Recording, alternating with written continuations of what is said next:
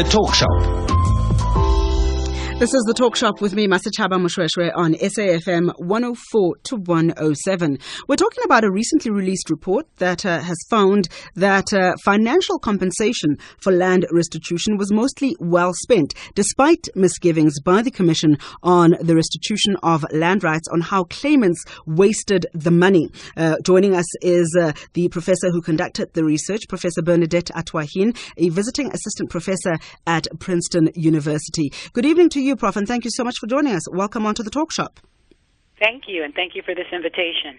Prof, just take us through the methodology that you used in your research. Who did you speak to in which parts of South Africa?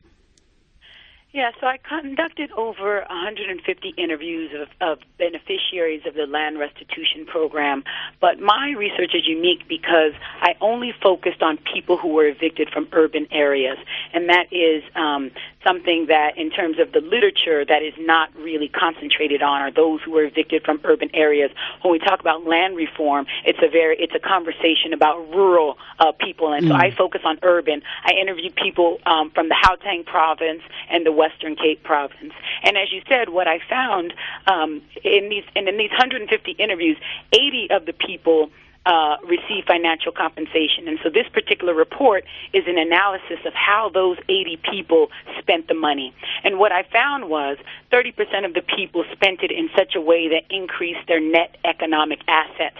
Mostly they invested in improving their homes. 32% spent the money in a way that produced a moderate economic impact, and lastly, 38% of the people spent the money in such a way that produced a low economic impact. Mm-hmm.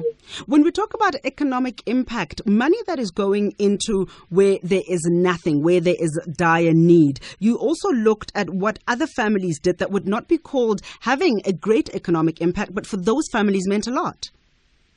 Absolutely right. So the question I ask in this report is how people spent the money. And in no way am I assuming is there one right way to spend the money, right? Because some people might have used it in a way that didn't have a high economic impact, but in fact was emotionally valuable, culturally valuable, et cetera, et cetera. But I'm just looking at the particular question about did they spend it in such a way that produced a high economic impact, but there are other ways that people spent the money that I don't look at in my particular report.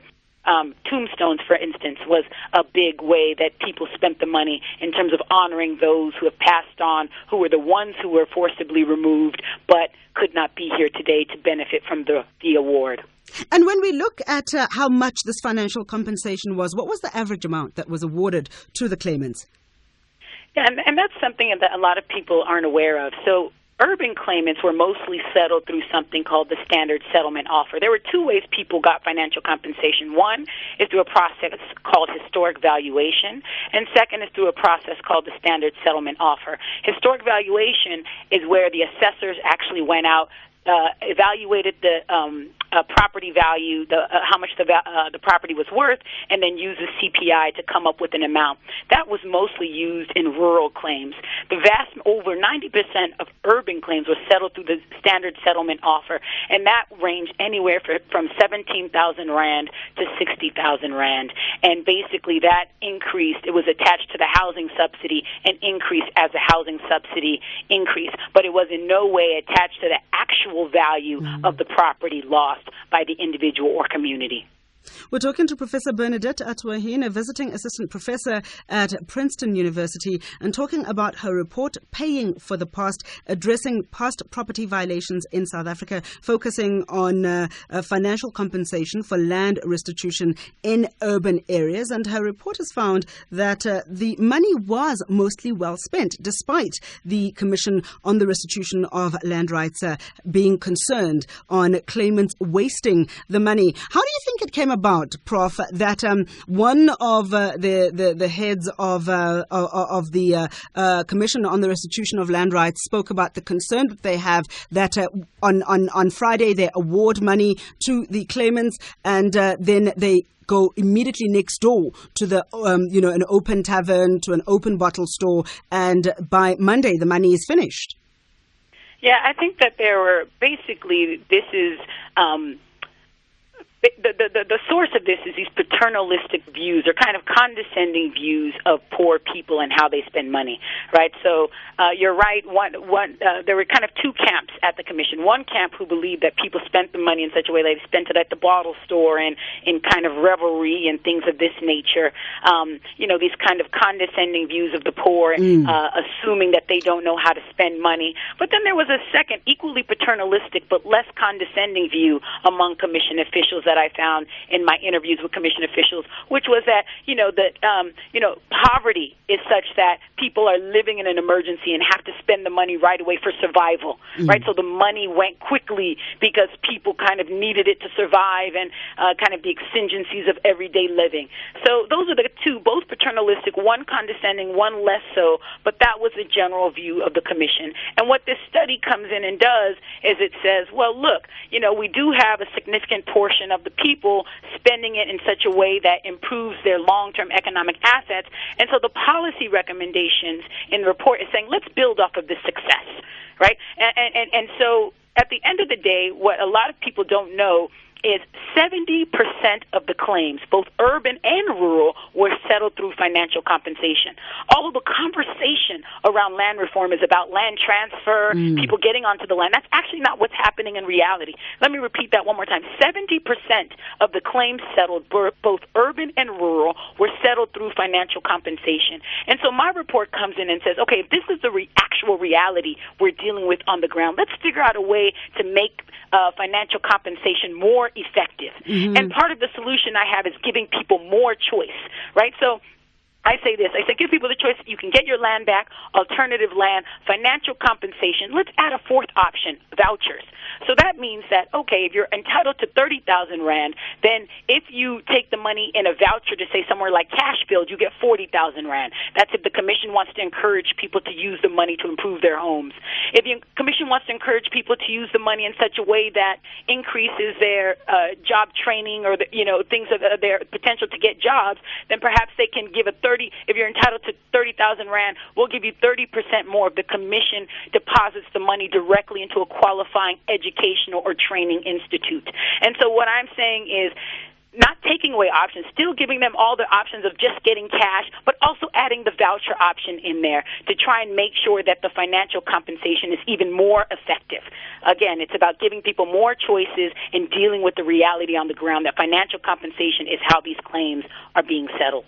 If we talk about these other options that you put forward on the table, are we not subscribing to this paternalistic, we know what's best for you mode of thinking by saying we will dictate how your money is spent by you?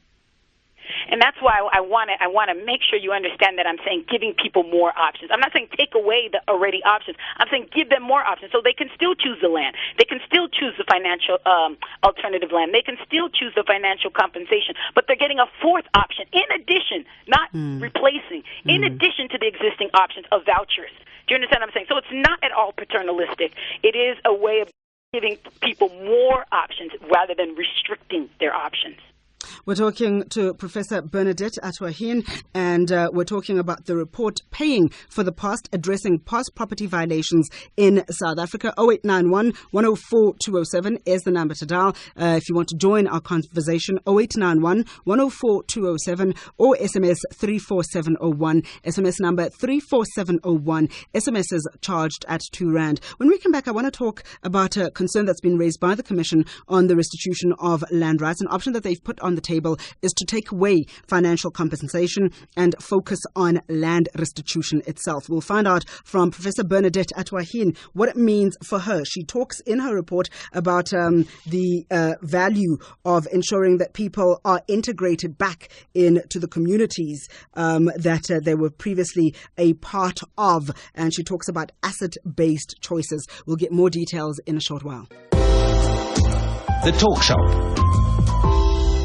This is the Talk Shop with me, Masachaba Moshweshwe, on SAFM 104 to 107, talking about a report paying for the past, addressing past property violations in South Africa by Professor Bernadette Atwahine, visiting assistant professor at Princeton University. She joins us on the line to take us through the report that looks at financial compensation for land restitution. And she's found that the money has mostly been well spent. 30% of claimants use their money to increase, to improve their current homes, increasing the value of their primary assets. And she also found that in 32% of the cases, there was moderate economic impact, and in 38% of cases, there was only a small economic impact to the recipients brought about by the financial compensation. Professor Atwahine, let's look at dispossessing people of their land. You talk in your report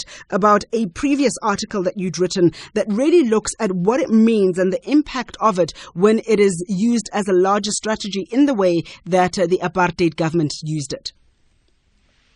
Right. And so, the point there is I draw a difference between reparations and restoration. Mm-hmm.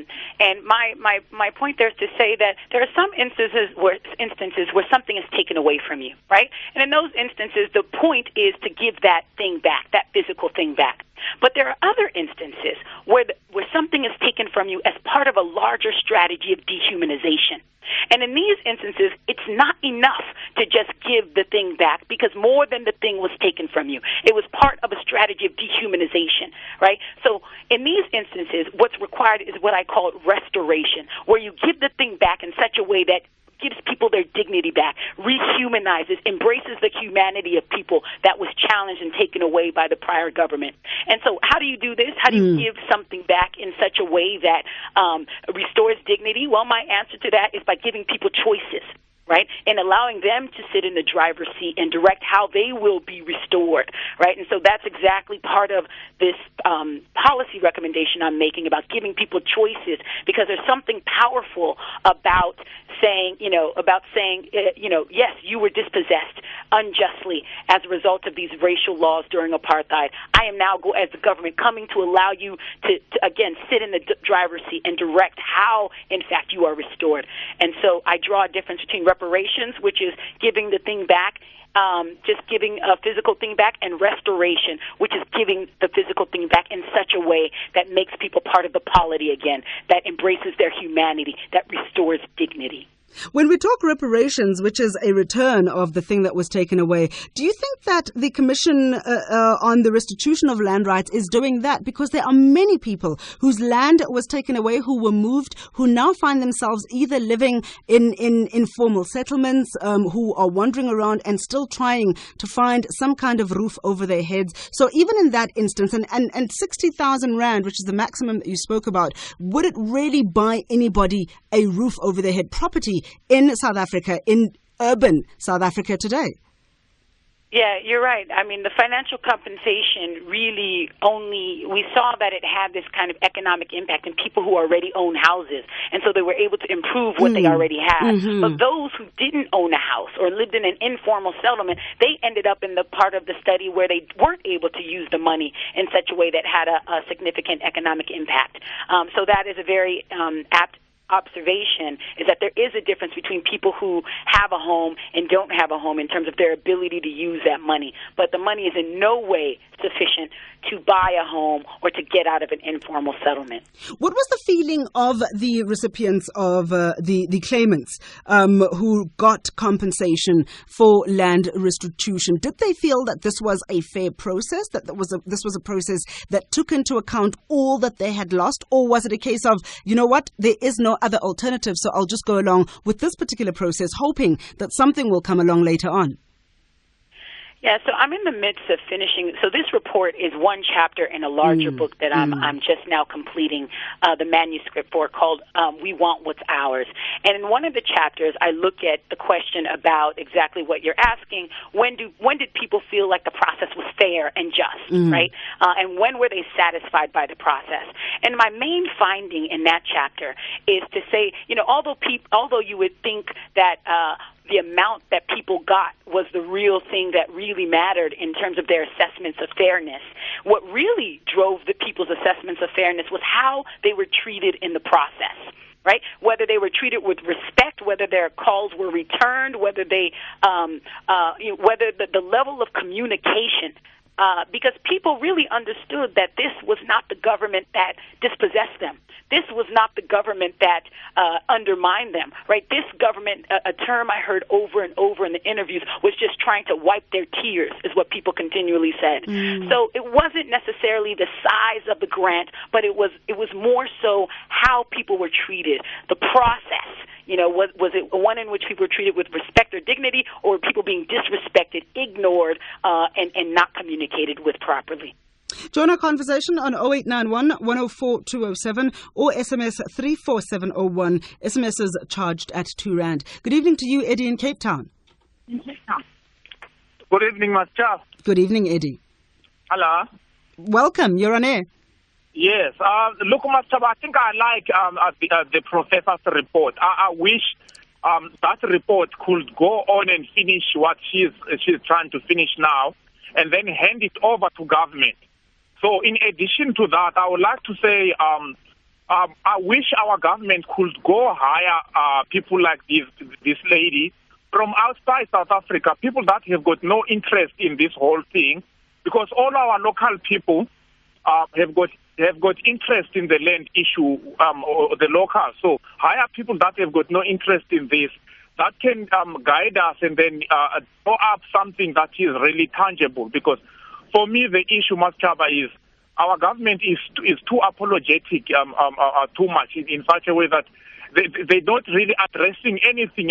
I'm in Cape Town at the moment right now, and I can tell you the N2, which is the highway in Cape Town here, is nobody can drive there now because the residents and everyone who's poor are so fed up with all these promises and all this stuff that they are taking up arms now and actually doing things. So my issue is even when we were studying at varsity, you will find that the people that will be studying the land issue, the poverty in South Africa and so on, they will give you an example about America. And my problem with that has always been, look, blacks in America are a minority. So you can't compare the American issue with South Africa. That's why I'm saying let's hire people from America or hire people from outside who have no interest, who can give us the facts and who can give us the cold facts rather than the people that are going to go around because they've got interest in it, you know. Eddie in Cape Town, thank you very, very much for the call. Professor Atwahan, what do you think about that? What are you going to be doing with your report once you're done? Yeah, excellent question. Let me say one thing. I gave this report at HSRC at one of the seminars, and so the full report is available at that website for those listeners who want to read the full report. And I'll also email the report to you, Masichaba, so you can post it on your website for those who want to read the entire report. Definitely do that. But what I've already done is, again, this is a study of the commission. Before about 2 weeks ago, I sat with all the key people at the commission and did a full kind of report, presentation on my findings. And so I'm already in dialogue with people at the commission in terms of the findings. And I think that what's important, I really appreciated what the previous caller just said, because I think what is missing is empirical analysis, right? So it's one thing to just give your opinion. There's a lot of opinions going around, right? But it's another thing to do the work of doing the interviews. I did 150 interviews of people, heard directly from the people, randomly chose those people. These kind of empirical studies grounded in the realities of those who are being interviewed. That's what we really need moving forward. And it doesn't matter if it's an American doing the study or a South African doing the study or a Ghanaian doing the study. The point is we need more empirical work where people actually go and do the interview, randomly choose people, have a kind of very noble, worthy research design and going to do these interviews of the people. And I also want to say one thing. The commission is faced with lots of challenges. I was there in 2008 for the entire year working within the commission. They're faced with lots of challenges, but, South Africa needs to know that the people working in the commission are really committed to this thing of land reform and to moving the thing forward. They are faced with lots of challenges, but they really do, I believe, after working there for a year, my observation is their intention is right. The new commissioner there at the Land Claims Commission, the deputy commissioner, the head of the legal department. These are people I've interacted with and worked with extensively, and they work hard, they work long hours, but what I want the South African people to understand is this is a tall order. This is a very difficult job. There are certain people in there working hard. It's not like people are twiddling their thumbs. They're working hard, but this is a very difficult task before the South African bureaucracy. Professor Atuahene, I wanted to go there and specifically focusing on the willing seller, willing buyer principle that has come under a lot of discussion in our country. In your report, you say do not overpay current landowners. How then do we ensure, the expropriation of land is something that has been put on the table, that's been rejected as being too radical? How then should South Africans go about ensuring that the land reform promised the people of South Africa becomes a reality? Yeah, now this is something that concerns me quite a bit, because as part of the liberation bargain in 1993 and 1994, the deal was, all property rights in 1994 were legitimated, right? All those who had ownership of land, their titles to their property were immediately legitimized. That was a huge concession. In exchange for that concession, we got Section 25 of the South African Constitution, right, which has a promise of land reform. And in Section 25, 25.3 to be specific, part of the bargain was, okay, although your rights have been legitimated, when we go to expropriate the land and do this land reform, we're going to take into account certain factors. Those factors listed are the current use of the property, the history of the acquisition and use of the property, and only third in the list is the market value of the property. Also, the extent of direct state investment and subsidy in the acquisition and beneficial capital improvement of the property. Do you understand? So right now there's this focus purely on the market value of the property. And what is going on is that the commission officials and also those doing land reform more largely are not even researching these factors. Right? They're not researching the extent of direct state subsidy in the property. They're not taking into account the history and the acquisition of the property. Now, this is a huge undermining of the liberation bargain, because the point is that, while, yes, we are expropriating the land, we have got to take into account how that current farmer acquired the land. Did they acquire it at below market prices? Did the prior apartheid state invest and give them kind of subsidies? If that is the case, then we need to reduce the price that these farmers are given. But what's actually going on, and this is something I found in my interviews and my research, is these factors that are enumerated in the Constitution in Section 25.3 are not even being researched. So those factors are not even coming into the negotiations about how much people pay for the land. This is, again, a huge undermining of the liberation bargain. You talk about... I really feel like if the South African people knew about this, they should be toy-toying in the streets, because this thing is, it's completely unjust, the fact that these factors are not even being researched. The issue of land is of great concern, I think, to many South Africans across the country. You talk in your report about the people that are doing the negotiations. Are they qualified? Are they able to? Are they trained to negotiate for land and do all the necessary research that you talk about? And this is another, again, land reform is this is another problem you've identified, Masechaba. I mean, the point is that what is the capacity of the bureaucracy that's implementing land reform? And one of the failures is in terms of there is no systematic training of the project officers who are engaging in these negotiations. They have not been systematically trained in negotiation. And so that is, in fact, you put your finger on one of the weaknesses, is they have not even been given the training to enter into these very important negotiations where the public's money is at stake. And again, they're not doing the research. They haven't been trained to say, look, the Constitution says this. We have to take into account X, Y, and Z.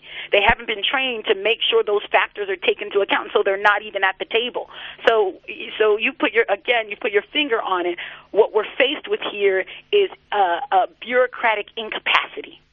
Lack of training, systematic training to really capacitate the bureaucracy implementing the land reform to really do a job that's worthy of the South African people.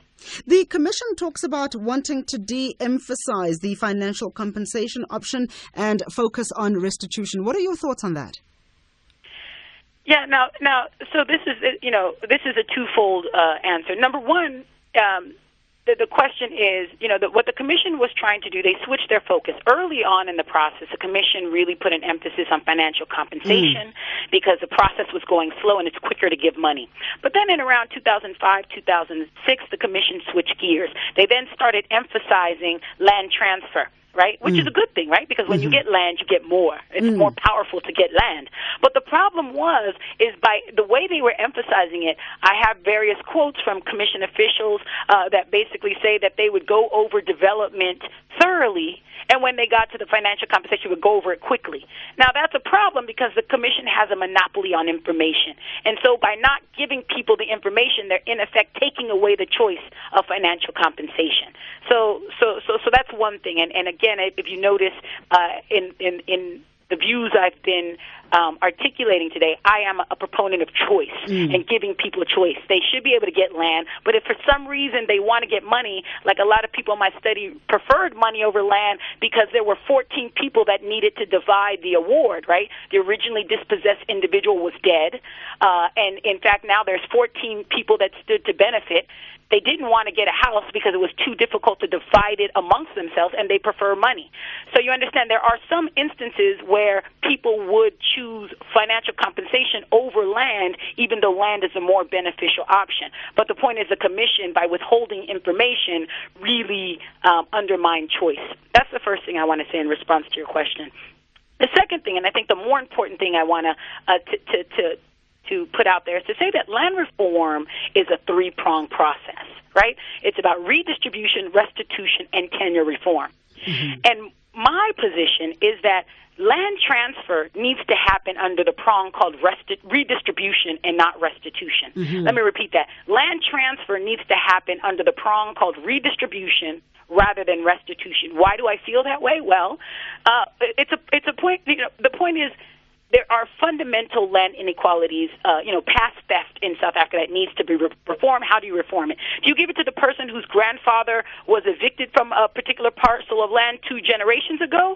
Or do you give it to the farm worker who's currently working on the land, able to till the land, knows about farming, has an incentive to farm, right? And so my position is that I think that land transfer absolutely needs to happen. We absolutely have to change the fundamental inequalities in land holding in South Africa, absolutely, without a doubt.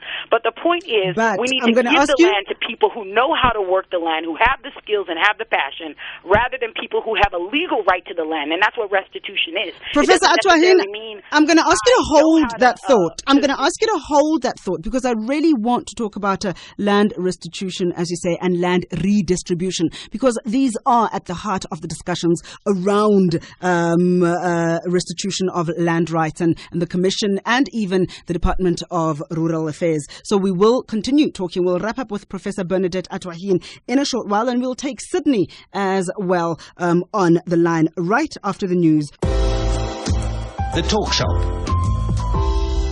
This is The Talk Shop with me, Masechaba Mushweshwe, on SAFM 104 to 107. We're wrapping up with Professor Bernadette Atwahin, who is a visiting assistant professor at Princeton University, talking about her report, Paying for the Past, addressing past property violations in South Africa. The report has found that financial compensation for land restitution was mostly well spent, despite misgivings by the Commission on the Restitution of Land Rights on how claimants wasted the money. And we're wrapping up with calls and SMSs as well. Let's quickly take Sydney in PE. And after Sydney, we'll explore the redistribution angle that the Prof was talking about, talking about give land to people that know how to work the land. How do we then form partnerships, Profs, between those who previously owned it and were dispossessed of it generations ago? Or is it a case of give them some kind of financial compensation, get them out of the way, and focus on the people that have been working the land throughout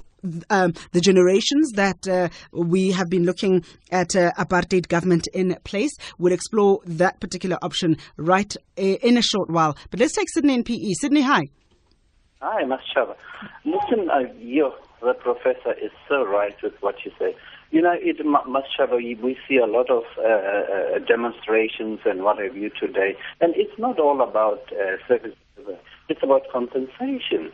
And you know what? People need to get back. I mean, look at the 40 years of apartheid and look at what people got back. What is there, you know, to actually make everybody feel like really, really compensated? That is absolutely nothing. And I think the deeper need within the people is that real compensation. Okay, right, let's put that one aside. Let me take another one for the professor. It's a challenge. You know, today, Mashaba, we get people, leaders as well, who come around and say, you can't blame apartheid for this, you can't blame apartheid for that, apartheid is there. But, you know, that is not a fact. I mean, recently it was said that the CODESA wasn't actually properly addressing the issues on the table, you know, in terms of the whole negotiation. But now, you get people who come around and say, well, apartheid is dead, you can't blame it. How can you have a second phase of the struggle? Okay. And, you know, they still believe apartheid is dead. It is wrong, and it is an insult to the people who suffered, because, you know, who pushes that line is the very same perpetrators of apartheid. Okay. They say you can't speak apartheid is dead. I hear you. Something else.